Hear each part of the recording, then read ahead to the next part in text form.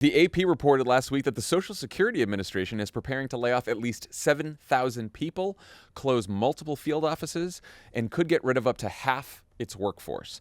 Most of the agency's senior leadership is already gone. Martin O'Malley, the former Maryland governor who ran the Social Security Administration under Biden, just told CNBC that with this level of cuts, quote, "You're going to see the system collapse and an interruption of benefits within the next 30 to 90 days. People should start saving now." We also found out what Doge master Elon Musk thinks about the program during his latest Joe Rogan appearance last weekend. I mean, the government's one big pyramid scheme, if you ask me. Yeah, well, you can tell me better than anybody. Social Security is the biggest Ponzi scheme of all time. Seems like the task of making the 2026 campaign ads just got easier. It's also just like, Social Security is a Ponzi scheme. It's just like mid-90s Republican talking points is like where we're at. Like, it's actually a Ponzi scheme. The trust fund's always running out. Elon sort of like always seems like partly aware of and on board with the Trump policy agenda.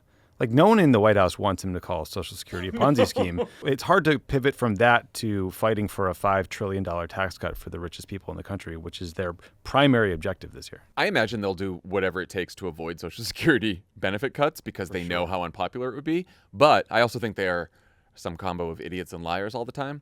So people do need to be on alert for any story about retirees who couldn't get their benefits on time because when you lay off that many people at the Social Security Administration, which I'm sure wasn't the model of efficiency before that. Those Social Security checks gets paused, you'll see a geezer insurrection that makes the fucking January 6th look like a PTA meeting. Before Social Security, the poorest people in the country were old people. And Social Security changed that forever. We live in a world that is different because Social Security lifted millions of people out of grinding poverty. If suddenly a bunch of Social Security checks don't go out, that like shatters people's confidence in the U.S. government in a way that I think is really hard to recover from. The healthcare.gov rollout was more than just a website being broken for a while. It just fundamentally undercut people's faith in the administration to roll out and administer their healthcare, which is a very personal thing. Social Security field offices are not the driver of our national debt or deficit. These are tiny, tiny costs that provide basic services. It's all fake. It's all bullshit.